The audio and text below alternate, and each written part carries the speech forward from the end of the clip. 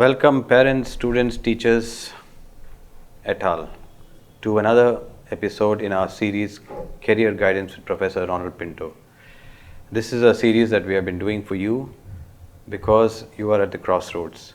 Being at the crossroads means you have to choose one of the roads leading out from there, and whatever choice you make will have an impact on your future. And we would like you to help choose wisely so that you may be success and society benefits from your choice. Today's episode is focused on careers through computer courses. With me in the studio is Professor Ronald Pinto. He's an expert on the subject of career guidance and of course on the subject of chemistry, which he taught for a long time. But he's been traveling the state and even sometimes abroad, giving career guidance courses to students from the 10th standard onwards, so that they can absorb and all the options available to them and make the right choice. Currently, he is the director of Institute for Individual Development in Mangaluru, and formerly he was the vice principal of the St. Aloysius College. So he has vast experience, and it's our pleasure to have him in the studio. And welcome to this episode, Professor Ronald Pinto. This episode, as I said, is on computer science. Computer science is a big thing nowadays.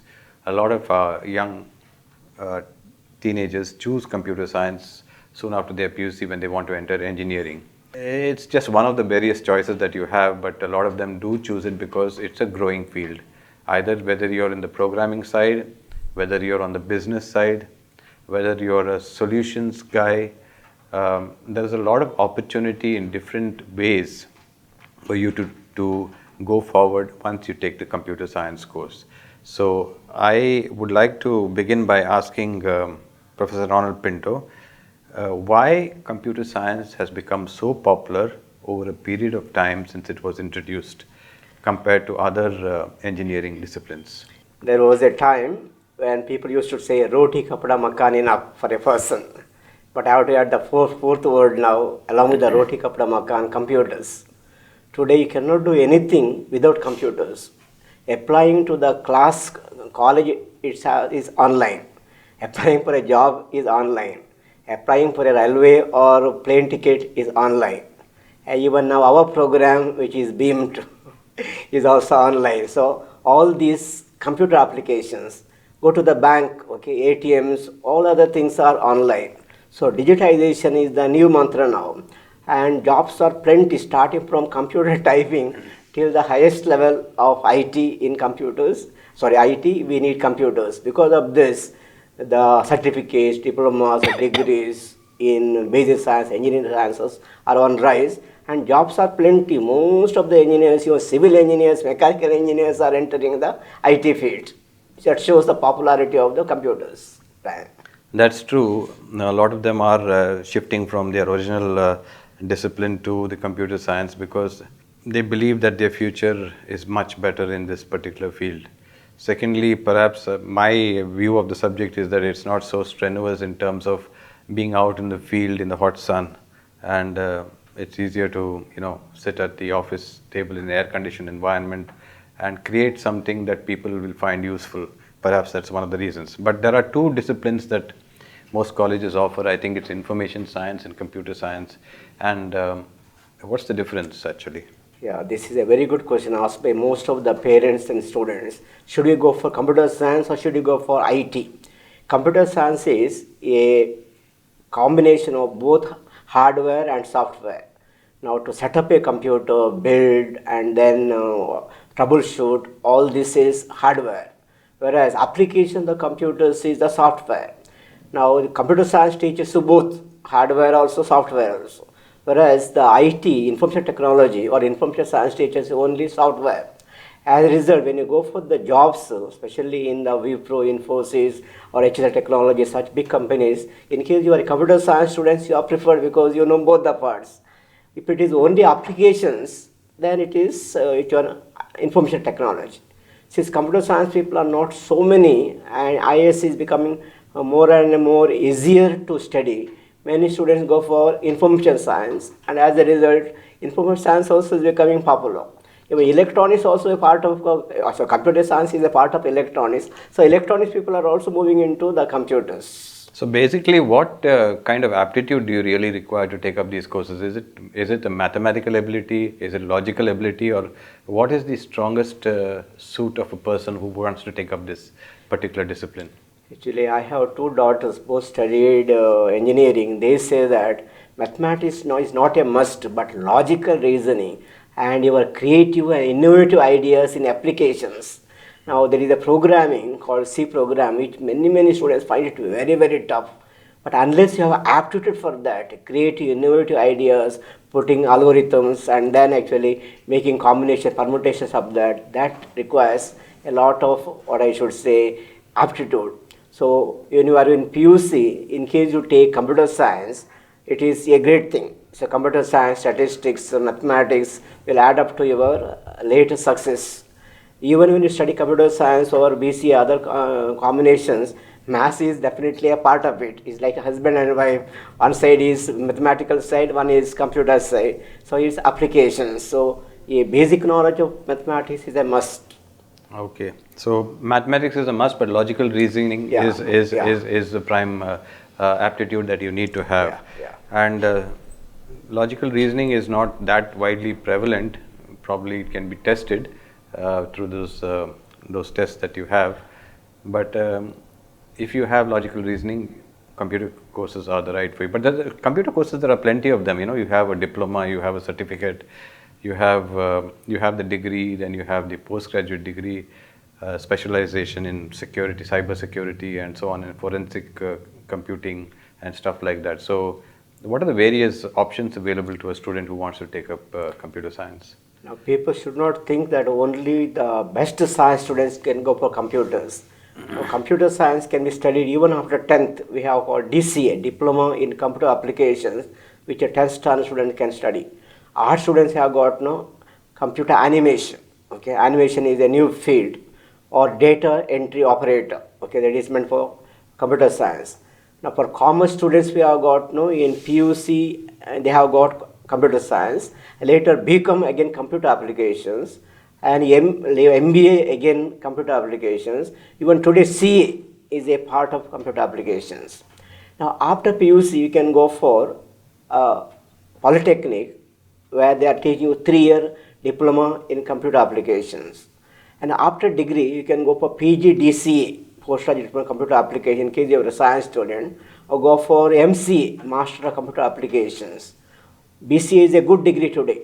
Most of the people who are doing BCA are well employed. Compared to other degrees, I find BCA is a degree which has got more applications. And after BCA, MCA, just 2 years. I have not seen a very, what I should say, intelligent and reasoning minded MCA person who is unemployed. Engineers and people of MS, physics, chemistry, maths may be unemployed, but computer science with master's degree like MCA or B in computer science, jobs are very sure. Loyola Degree College, Bengaluru, a prestigious institution run by the Jesuits of Karnataka. The institute provides an advantage of choosing between varied choices of subjects in commerce and arts. Being a Loyolite, experience modern teaching and learning infrastructure. Students of journalism have additional guided facilities in filmmaking, videography and photography. Coaching facilities provided for professional courses CA and CS. 3-day national media tour for journalism students and industrial visit for commerce students. Avail attractive scholarships for better learning. Be rest assured of your safety as the campus follows all COVID protocols. Mix and socialize with peers of multicultural backgrounds. Well-equipped library, multiple sports facilities and encouragement to extracurricular activities.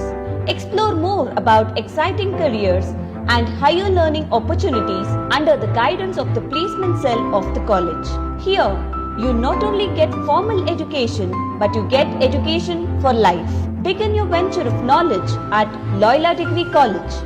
Be the change by being at Loyola Degree College. For online applications, visit www.loyolacollegeblr.com and call or WhatsApp at 94482 77758 or 9148229651. Everything needs a computer nowadays. Without a computer or a mobile in your hands, literally you can't function in this world. Sometimes I really wonder when I go to the vegetable cart outside, how do they manage? But they also, there's Google Pay, which they put their, the barcode outside, the QR code, and they also function through the mobile and the computer. There's nothing that the computer has not touched in our lives. But there is another, just like information science and computer science, there's IT and ITES. What is that? Very good question it is. ITES, Information Technology Enabled Services. Now look at the banks. Okay, now they are all operations are digitized. Next we have finance. Okay, financial operations. Okay, tally and all. Okay, computerized. And look at the BPO. Today BPOs are so famous everywhere, and people are all even well paid. Okay, what about call centers? Now all these banking, finance, insurance, call center, BPOs, medical transcription, all these are called ITES. That is Information Technology Enabled Services. IT itself is computer science, I told you, direct applications, like we have IT companies, Wipro, Infosys, HCL Technologies, all this. Now using the computer knowledge to the other fields is ITS, and ITS also is today is fast growing, okay, especially the BPO sector you have to see in Bangalore. Everywhere, every corner you will find, and I am happy that people are paid about 30,000-40,000 rupees, which engineers are not paid. Of course, they have got shift work and a lot of work, or I should say hard work. But then there are very many youngsters, both boys and girls, smart enough, very good in fluency in English language and so on, and they are doing very well. A field called medical transcription. Okay, very, very famous it is, and many people have become very successful in that particular field. Being in America and doctor is in India, or doctor is America and we are in India, and this which one ITS is doing a lot of work. Okay, but which are the famous institutions in India? I mean, there's IIT and IIT is there. So what is that difference, and what are the other institutions which they can? Yeah. Actually, IITs have got all types of engineering branches like mechanical, electrical, and so on, including computer science and information science. Whereas IIT is set up by the central government on the same lines like IIT. It is called Indian Information Institute for Information Technology. Now, these IITs in India, we are nearly having 2.5 dozens.